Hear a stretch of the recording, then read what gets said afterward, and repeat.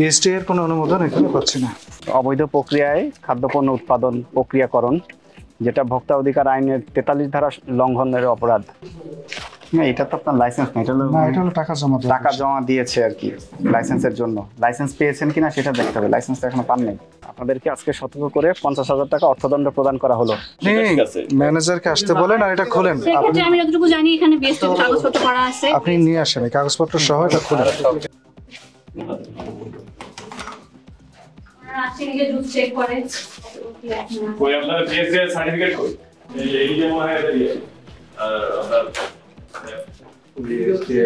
এটা পাওয়া গেলে ভালো হতো। অনেক কিছু জানা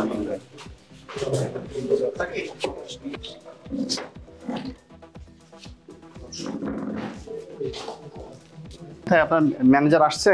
না, আমাদের তো কল দিতেছে। হ্যাঁ, আসতে বলেন। আপনি তো বললেন যে লাইসেন্স আছে বিএসটি। হ্যাঁ, আমাদের বিএসটিতে লাইসেন্স হ্যাঁ, সেটা দেখান আমাদের। আপনি বললেন যে লাইসেন্স আছে, এই যে আবেদন করেছেন আবেদন করছে, লাইসেন্স পাইনি। এর জন্য আবেদন করেছেন। কিন্তু আমাদের অনুমতি দেওয়া হয়েছে কি করার জন্য। দেখান সেই অনুমতি পত্র। কে অনুমতি দিয়েছে দেখি একটু। Notification flavour drinks. যে কোনো ফ্লেভারের আমরা ড্রিঙ্কস অর্ডার করতে পারি। তো লাইসেন্স ইস্যু হয়েছে সেই হ্যাঁ, লাইসেন্স লিমিটেড লাইসেন্স।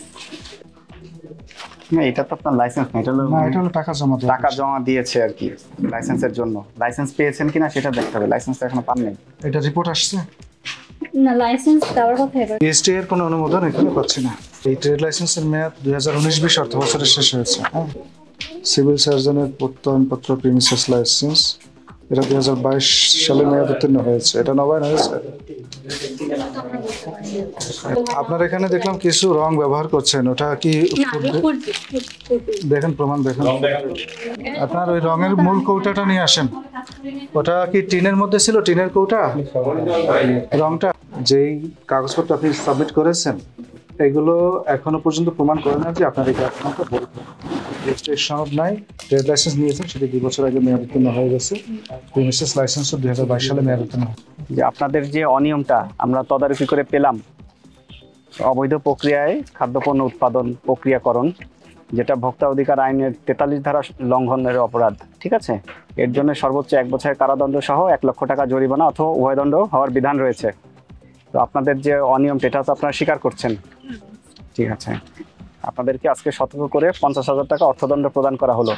একই সাথে আমরা আদেশ দিলাম আগামী 7 দিনের মধ্যে আপনাদের যত কাগজপত্র আছে, লাইসেন্স আছে, সেগুলো আমাদেরকে প্রদর্শন করতে হবে। আমরা এগুলো যাচাই বাছাই করে পুনরায় আবার নতুন করে সিদ্ধান্ত জানাবো।